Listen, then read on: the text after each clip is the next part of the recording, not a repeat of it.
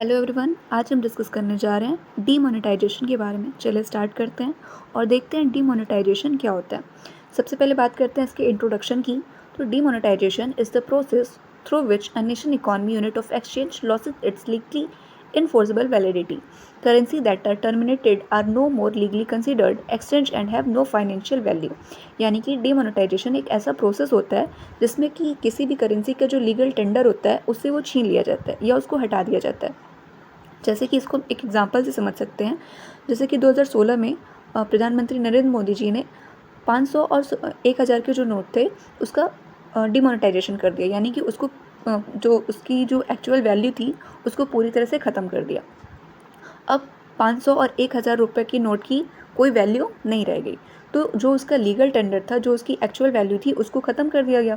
जैसे कि किसी भी नोट पे ये लिखा रहता है कि मैं धारक को 10 रुपये तो 10 रुपये, 5 रुपये तो 5 रुपये देने का वादा करता हूँ। अगर जो गवर्नमेंट होती है वो उस एक्सेप्टेंस को ख़त्म कर देती है तो फिर वो जो नोट रहती है उसकी कोई फाइनेंशियल वैल्यू नहीं रह जाती है।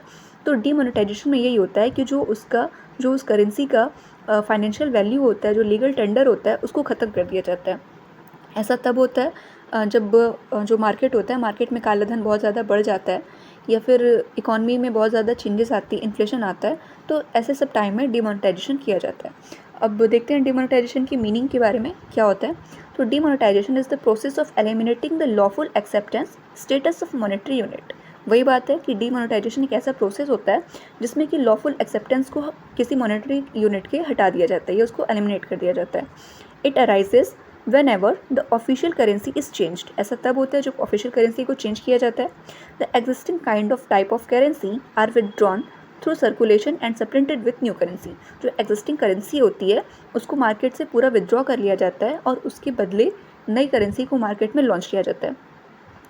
जो एग्जिस्टिंग करेंसी होती है उसको मार्केट से विदड्रॉ करने के लिए जो गवर्नमेंट होती है वो कुछ टाइम देती है कि 10 दिन या 15 दिन या 1 महीना या वॉट एवर जो भी टाइम वो देती है, उसके अंदर ही उस करेंसी को बैंक से एक्सचेंज करना होता है।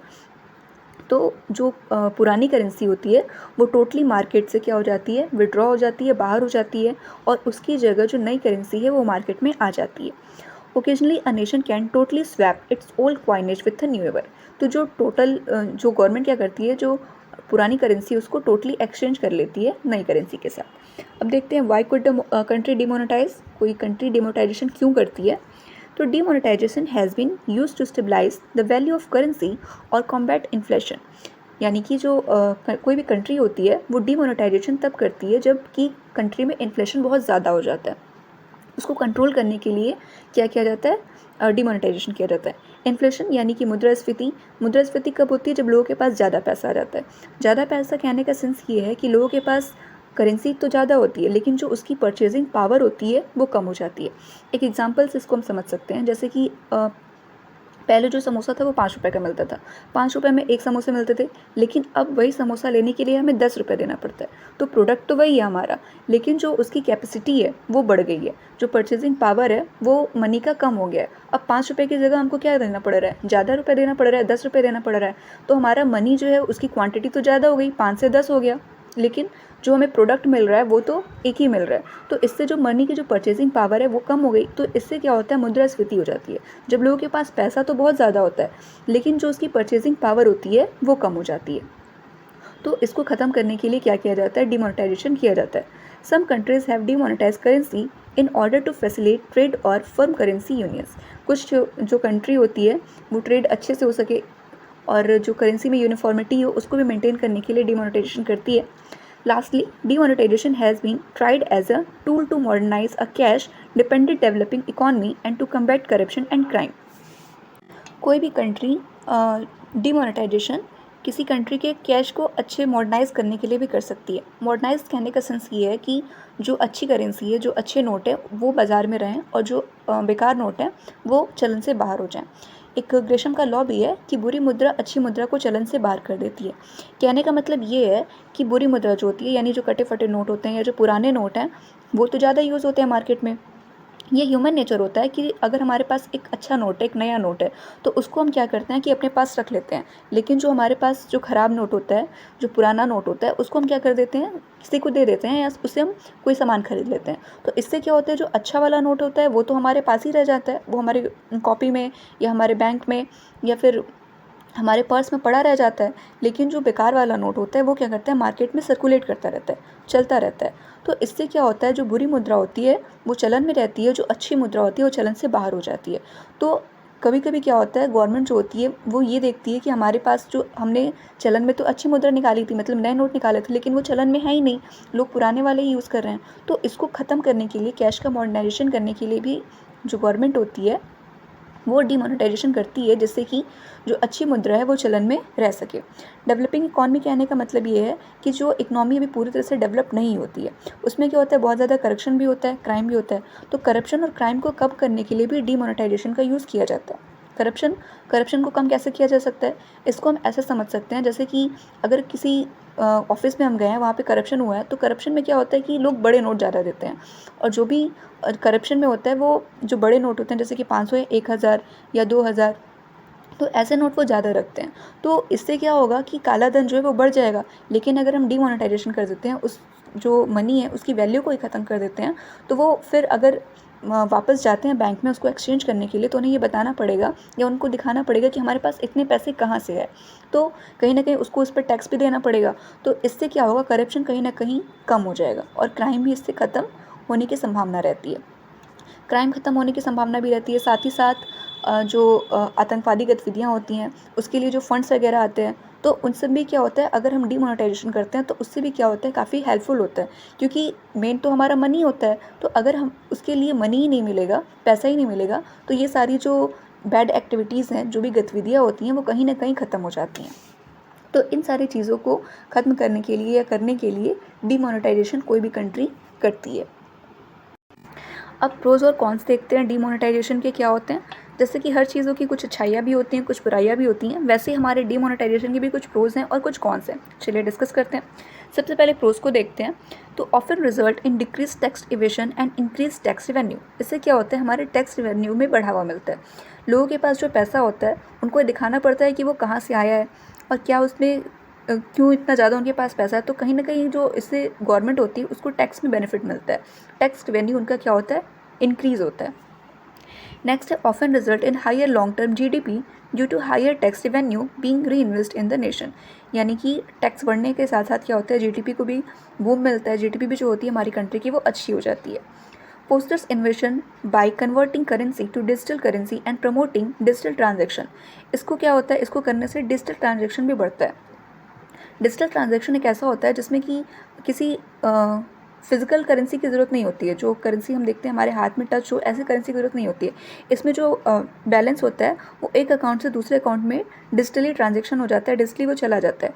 इससे सबसे ज़्यादा बेनिफिट क्या होता है कि जो गवर्नमेंट होती है उसको ये पता होता है, उसके पास सारी इन्फॉर्मेशन होती है। तो इससे कहीं ना कहीं करप्शन के चांसेस बहुत ज़्यादा कम हो जाते हैं। और जो मनी की जो ख़राब होने का डर रहता है, जैसे कि नोट है तो कटने फटने का डर रहता है, तो डिजिटल ट्रांजैक्शन में ऐसा भी कुछ डर नहीं होता। ना ही चोरी होने का ज़्यादातर डर रहता है, क्योंकि अगर हम पैसा लेके कहीं जाते हैं तो हो सकता है वो चोरी हो जाए। लेकिन डिजिटल ट्रांजैक्शन में अगर हम पूरी सिक्योरिटी रखते हैं तो चोरी या खोने का डर भी नहीं रहता है। तो कहीं ना कहीं डिजिटल ट्रांजैक्शन हमारे लिए बहुत ज़्यादा हेल्पफुल होता है। नेक्स्ट है reduce overall crime by enhancing transparency and discouraging the circulation of black money. कहीं ना कहीं इससे हमारा क्राइम भी खत्म होता है और जो काला धन होता है, ब्लैक मनी होता है, उसका सर्कुलेशन भी कम हो जाता है या ख़त्म हो जाता है। अब देखते हैं इसके कॉन्स क्या क्या हैं। वैसे तो बहुत ज़्यादा कॉन्स नहीं है इसके, लेकिन फिर भी जो हैं उनको हम डिस्कस करेंगे। फर्स्ट है imposes a burden on citizens specially those who must convert one currency to another. सबसे ज़्यादा बर्डन उन पे आता है जो करेंसी को चेंज करवाने जाते हैं। करेंसी को चेंज करवाने कौन जाता है, एक आम आदमी जाता है। तो वो क्या करता है, उसको काफ़ी ज़्यादा बैंक में लाइन लगानी पड़ती है, उसको कई घंटे इंतज़ार करना पड़ता है, तब जाके जो उसकी करेंसी है वो चेंज होती है।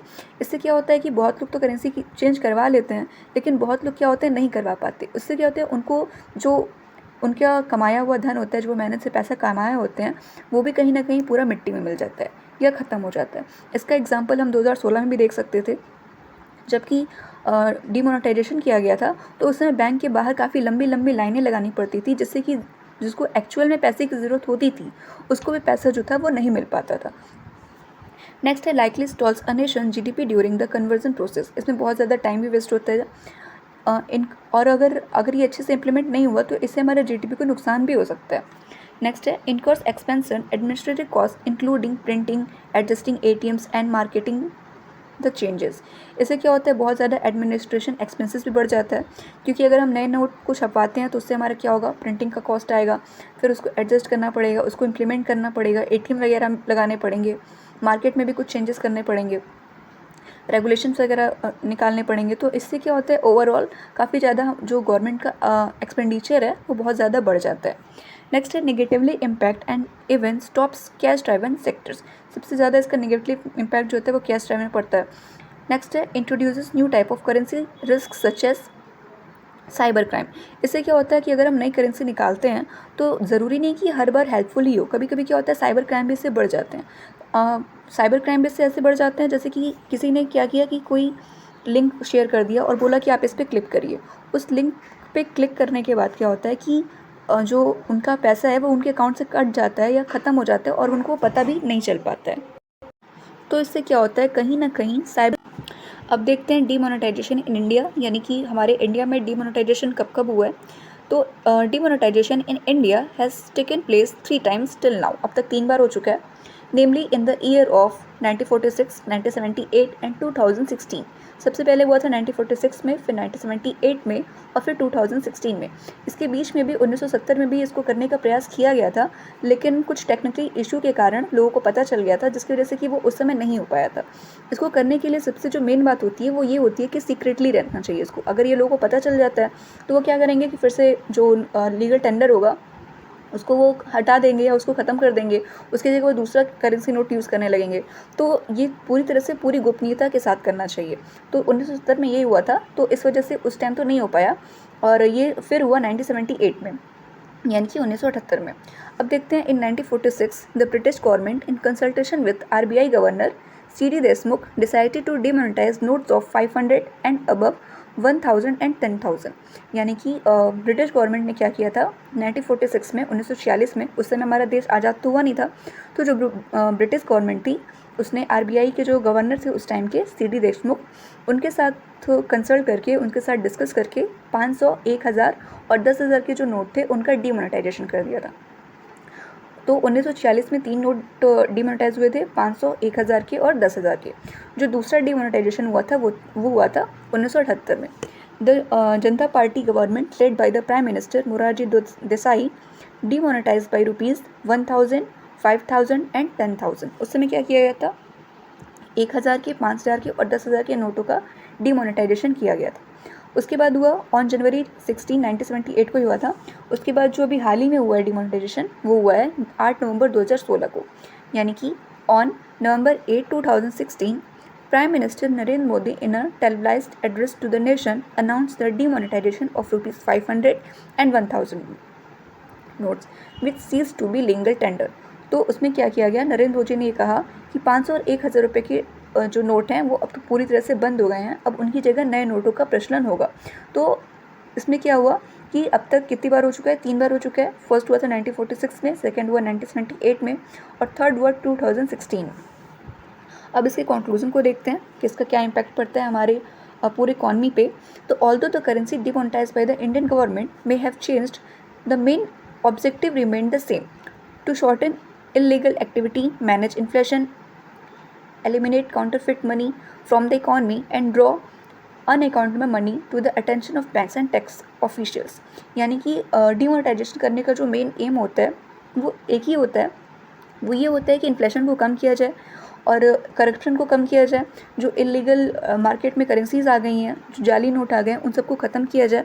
तो इन सब को काम को करने के लिए जो कोई भी गवर्नमेंट होती है वो क्या करती है, डीमोनेटाइजेशन करती है, यानी कि नई मुद्रा को चलन में लाती है और पुरानी मुद्रा को चलन से बाहर कर देती है। उसको वो उसकी जो लीगल टेंडर की जो उसकी वैल्यू होती है उसको ख़त्म कर देती है। इससे क्या होता है कि जो हमारी पूरी इकॉनमी है वो प्राइस स्टेबिलिटी होती है वो मेंटेन बनी रहती है। मिलते हैं नेक्स्ट वीडियो में। Thanks for watching.